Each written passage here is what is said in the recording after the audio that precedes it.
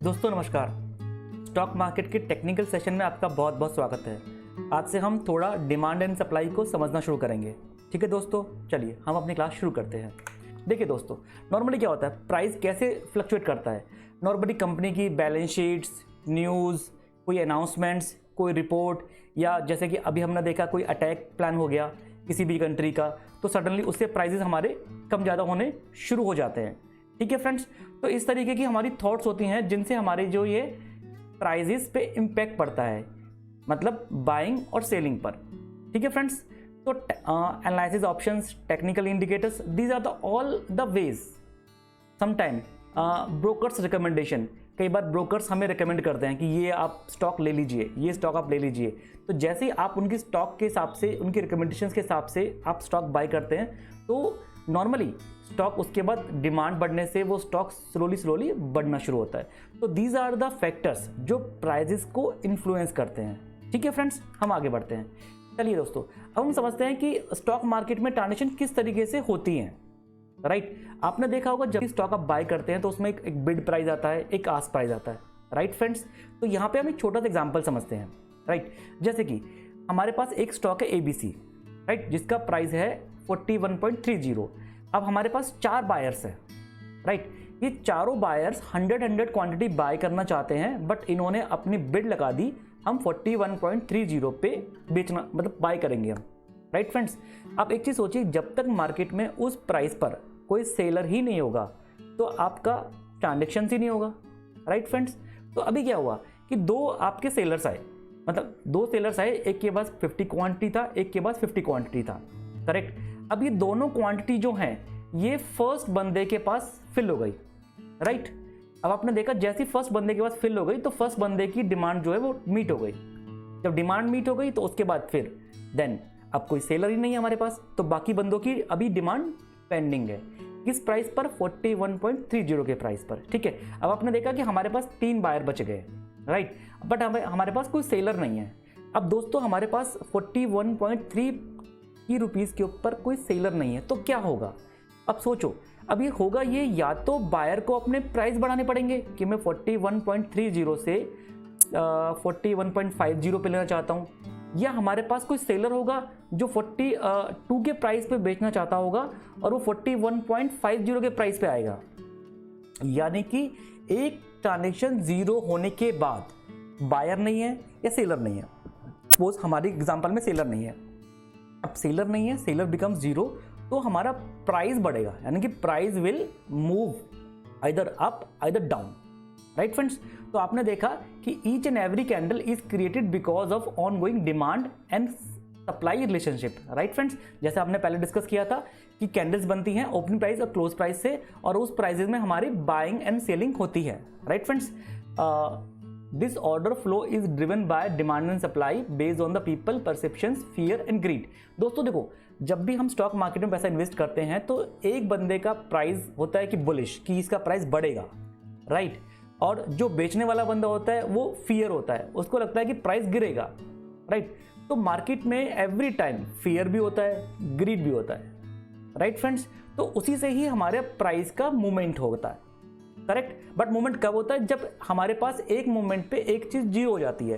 लेकिन जब एक चीज जीरो हो गई तो दूसरे बंदे को अपने प्राइस के अंदर चेंज करना पड़ता है। आप एक बार अपने एप्लीकेशन में जाके आस्क प्राइस और बिड प्राइस को एक बार डे टाइम में मॉनिटर करना, तो आप देखेंगे कि उनके प्राइसेस के अंदर फ्लक्चुएट हो रहा होता है। राइट, अब जब वो फ्लक्चुएट होता है तो उसके बाद ही उसका जो प्राइस है वो इमीडिएटली डिसाइड होना शुरू होता है। ये इतना फास्ट, इतना नैनो सेकंड में होता है कि आपको इस चीज़ का पता नहीं चलता है बायर की ट्रांजेक्शन में बायर ने विन किया या सेलर ने विन किया। ठीक है फ्रेंड्स, चलिए हम आगे बढ़े। तो आपको यहाँ पे समझ में आ गया होगा, the origin of the change in the price is where either the buyer or the seller becomes zero at a specific price. Right friends, चलिए हम आगे बढ़ते हैं। अब हमने देखा कि where do market price turn. हमको ये नहीं मालूम होता कि प्राइस बढ़ेंगे या घटेंगे। नॉर्मली क्या होता है, प्राइस टर्न हायर, प्राइस बढ़ते हैं, कब बढ़ते हैं? At a point where demand exceed supply. अगर आपकी डिमांड बढ़ रही और सप्लाई आपकी कम है तो नेचुरली है जो आपके बायर्स हैं वो ज़्यादा प्राइस बिड करेंगे। जब वो प्राइस ज़्यादा बिड करेंगे तो उस पर और सेलर्स आने को एग्री हो जाएंगे कि हम इस प्राइस पे बेचने को एग्री हैं। Right friends.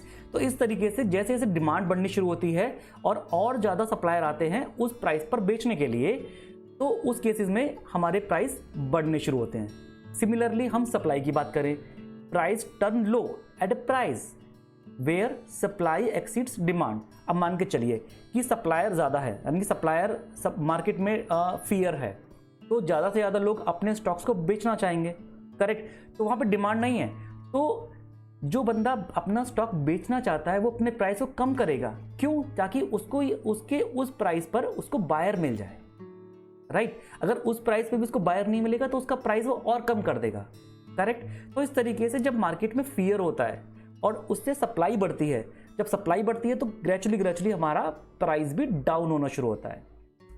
फ्रेंड्स, आपको क्लियर हो रहा है? आपको अभी डिमांड एंड सप्लाई थोड़ा थोड़ा समझ में आना शुरू हो गया, ठीक है। अब देखिए, हम कोई भी स्टॉक बाय करते हैं तो अदर साइड कौन है, मतलब who is on the other side of the trade, जिससे हम बाय करते हैं।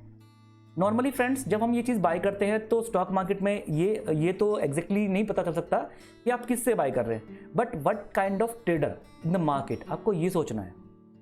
दोस्तों, हमारी जो फाइट होती है जब भी हम कोई चीज़ बाय करते हैं या सेल करते हैं, तो हमें हमेशा प्रोफेशनल्स को ही, यानी कि जो आपके फाइनेंशियल इंस्टीट्यूशंस हैं, हमें उनको फॉलो करना चाहिए।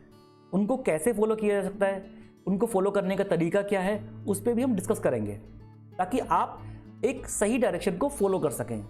हो सकता है कि उनके 8 लाख 10 लाख कुछ भी उन्होंने डिमांड क्रिएट करी है और वो पूरी नहीं हुई है, बट आपको अगर आइडिया है कि कहाँ पे प्रोफेशनल ट्रेडर बाय करना चाहते हैं या सेल करना चाहते हैं, तो आप उनको फॉलो करके आप अपने स्टॉक को बाय भी कर सकते हैं, सेल भी कर सकते हैं, right friends. Then again important कि human emotions to train the eyes, the emotions of the fear and greed are clearly seen on the price chart. देखिए दोस्तों, जब भी आप कोई भी चार्ट देखेंगे, उस चार्ट के स्टडी करने से ही आपको आइडिया लग जाएगा कि इसके अंदर लोग बुलिश हैं, यानी कि ग्रीडी हैं, प्राइस बढ़ेगा, या लोगों को डर है। ये सारी चीज़ें आप केवल प्राइस एक्शन से, यानी कि एक कैंडल स्टिक चार्ट से अच्छे से स्टडी कर सकते हैं। उसके लिए हम अपनी नेक्स्ट क्लास पे और डिस्कस करेंगे, ठीक है फ्रेंड्स। हम आगे बढ़ते हैं। देखिए, अब यहाँ पे क्या हुआ, अब आपने हम यहाँ पे डिस्कस करते हैं कि where do market price turn. अब देखिए, यहाँ पे पहली कैंडल कौन सी है? Red candle. रेड कैंडल आपको पता है रेड कैंडल का मतलब क्या है? रेड कैंडल का मतलब है बियरिश कैंडल, राइट, यानी कि सेलर, यानी कि प्राइस जो है आपका गिरा है, यानी कि कम हुआ है, ओपन से क्लोज पे प्राइस आपका कम हुआ है, राइट फ्रेंड्स। उसके बाद नेक्स्ट कैंडल कौन सी है हमारी? Green candle. ग्रीन कैंडल मतलब बुलिश कैंडल। बुलिश का मतलब जो प्राइस आपका ओपन हुआ है उससे अभी क्लोज में आपका अपर में हुआ है, राइट फ्रेंड्स। तो यहाँ पे क्या हुआ है कि एक बायर है, यानी कि buy sell buy sell buy sell. Similarly, यानी कि जब इस तरीके की जो ट्रांजेक्शन्स होती हैं, तो एक किस्म से आपको लगेगा कि कोई ना कोई ट्रांजेक्शन इस तरीके से है कि जैसे tug of war, right friends, कि दोनों तरीके से खींचतानी हो रही है, तो कोई ना कोई तो जीतेगा, राइट। तो हमें ये सोचना होता है कि हम स्टॉक मार्केट में जब पैसा इन्वेस्ट करते हैं तो हम किस तरफ है, हम बायर्स और सेलर्स, हम दोनों, हमें इस सिचुएशन को अच्छे से अंडरस्टैंड करना पड़ेगा। और ये चीज़ें आप धीरे धीरे चार्ट को स्टडी करके आप प्रैक्टिस करेंगे तो आप अच्छे से सीख जाएंगे, राइट फ्रेंड्स। तो इस तरीके की सिचुएशन को हम बोलते हैं कंसोलिडेशन, जहाँ पे बायर सेलर, यानी कि इसको बोलते हैं हम साइडवेज। आपको याद होगा साइडवेज के बारे में मैंने आपको अपनी फर्स्ट क्लास में बताया था कि साइडवेज क्या होता है, मैं आपको एक्सप्लेन करूंगा, ठीक है फ्रेंड्स। तो इस तरीके की सिचुएशन को हम बोलते हैं साइडवेज, जहाँ जितने बायर हैं उतने सेलर हैं। बट हमेशा याद रखना कि लाइफ लॉन्ग कभी भी प्राइस साइडवेज नहीं चलेगा, कोई ना कोई तो लड़ाई को जीतेगा ना, या तो बायर जीतेगा या फिर सेलर जीतेगा, राइट फ्रेंड्स। तो जो जीतेगा वो प्राइस को उसी तरीके से डायरेक्ट करके लेके जाएगा। जैसे अगर सेलर ने जीत गया तो सप्लाई मार्केट में आनी शुरू हो जाएगी, यानी प्राइस गिरने शुरू हो जाएंगे। अगर बायर जीत गए तो इसका मतलब बुलिश मार्केट है, प्राइस बढ़ेंगे यहाँ से, ठीक है दोस्तों। हम आगे बढ़ते हैं। देखिए, अब आपने देखा कि इस हमारी लड़ाई में क्या हुआ। इस लड़ाई में क्या हुआ कि हमारे पास यहाँ पर सेलर्स जीत गए, राइट फ्रेंड्स।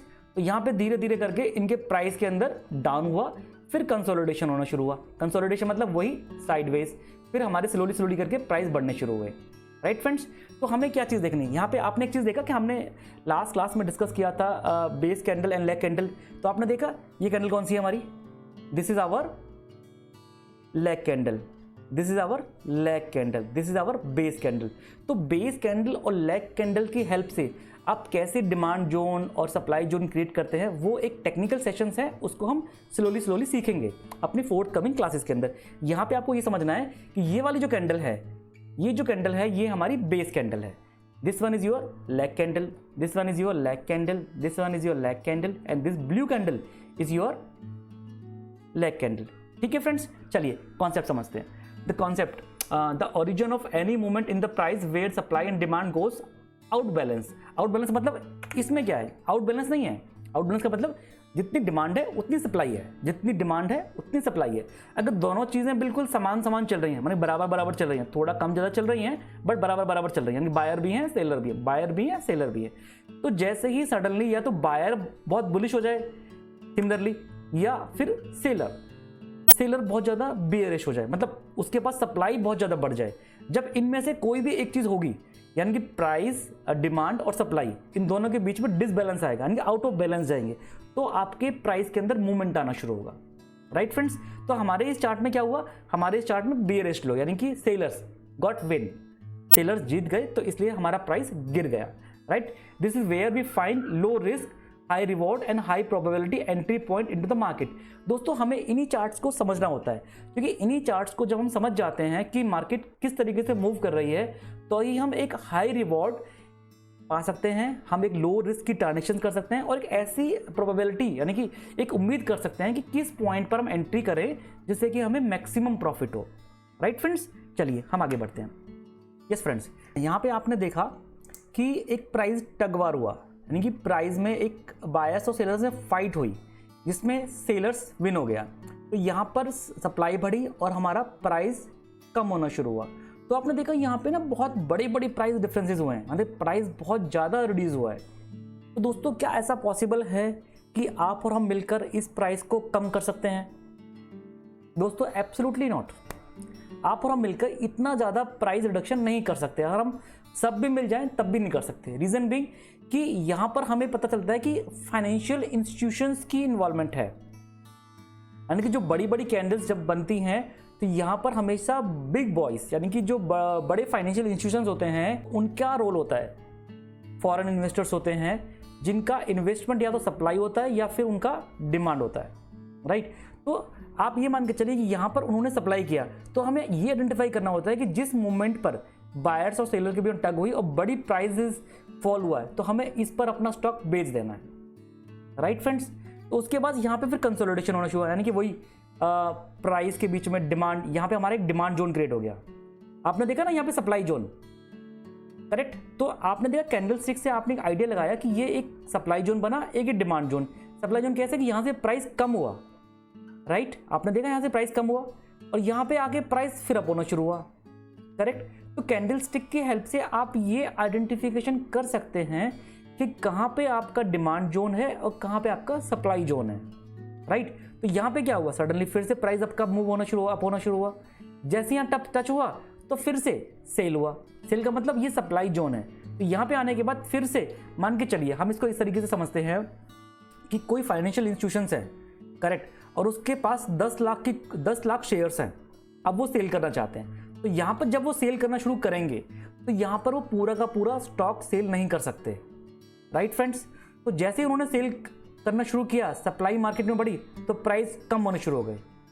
राइट फ्रेंड्स, तो यहाँ पे आगे कम होने शुरू हो गए, फिर धीरे धीरे यहाँ से प्राइस मूव होने शुरू हुए, अप होने शुरू हुए। राइट, अप होने के बाद जब यहाँ प्राइस दोबारा पहुंच गए तो उन्होंने अपने पेंडिंग ऑर्डर्स फिर से सेल कर दिए, करेक्ट, तो वो फिर से डाउन हो गया प्राइस। राइट फ्रेंड्स, तो हमें इस तरीके से अपने इस प्राइस चार्ट से फाइनेंशियल इंस्टीट्यूशंस की मूवमेंट को ट्रैक करना होता है कि कैसे एक बड़ा मूवमेंट आ रहा है, चाहे वो सेल का हो चाहे वो बाय का हो, हमें उन चीज़ों को चेक करना होता है। राइट फ्रेंड्स, चलिए हम आगे बढ़ते हैं। सिमिलरली आपने देखा सेम कि ये हमारा सप्लाई जोन है, ये डिमांड जोन है। दिस इज अ पॉइंट जो हमारा अदर ट्रेडर्स, समटाइम हमारे जो इमेच्योर ट्रेडर्स होते हैं वो क्या करते हैं, वो जर्नली क्या करते हैं कि जब प्राइस आपका बढ़ जाता है, यानी कि यहाँ पहुँचने के बाद वो फिर से बाय करते हैं, करेक्ट, और जब यहाँ पहुँच जाता है वो सेल करते हैं। इसको हम आगे एक और एग्जांपल से ढंग से समझते हैं। देखिए दोस्तों, द 2 की मिस्टेक्स ऑफ बायर्स के सबसे 2 मिस्टेक्स, बाइंग मिस्टेक्स कौन कौन सी हैं? देखिए, समझते हैं इस चीज़ को। The novice traders always makes 2 mistakes, many buying mistakes, ठीक है, और professional traders knows this mistake, right friends. आप ये समझ के चलना कि मार्केट को पहले से पता होता है, या जो मार्केट में प्रोफेशनल ट्रेडर्स होते हैं उनको मार्केट की टेंडेंसी का पता होता है कि किस मोमेंट पे बाय होगा, किस मोमेंट पे सेल होगा, राइट। नॉर्मली क्या होता है, आप और हम लोग कब बाय करते हैं, हम जब बाय करते हैं जब प्राइस ऑलरेडी बढ़ चुका होता है। कैसे कि कोई भी न्यूज़ आई, न्यूज़ आने के बाद हमने उस स्टॉक को देखा और उसको बाय कर लिया। देखिए दोस्तों, हम नॉर्मली बाय कब करते हैं, जब प्राइस ऑलरेडी बढ़ चुका होता है, ठीक है फ्रेंड्स। इस मोमेंट पर buyer buying at a price where supply exceeds demand, right friends, correct. यानी professional traders are willing to sell, are selling to the novices traders, तो यहां पर वो सेल करते हैं अपनी, करेक्ट। जैसे ही प्रोफेशनल ट्रेडर्स अपनी सेल डालना शुरू करते हैं तो प्राइसेस गेट डिक्लाइन, राइट। और जब प्राइसेस दोबारा उस पर बढ़ते हैं तो novices player are buying after a rally in the prices, right friends. तो हमें यह समझना है चार्ट से कि किस मोमेंट पे हमें बाय करना है और किस मोमेंट पे सेल करना है, और इसके लिए काफी हद तक हमें प्रोफेशनल ट्रेडर्स की टेंडेंसी को समझना पड़ेगा, ठीक है दोस्तों। चलिए हम आगे बढ़ते हैं। Similarly 2 selling mistakes. अब देखो सेलिंग मिस्टेक्स क्या हो सकती है। सेलिंग मिस्टेक्स यही होंगी कि जब प्राइस गिर गया होगा तब हम लोग अपना स्टॉक सेल करते हैं, करेक्ट फ्रेंड्स। सिमिलरली ऐसा ही होता है। Novices traders always makes 2 key mistakes, selling mistakes. The professional traders identify and takes the advantage, right friends?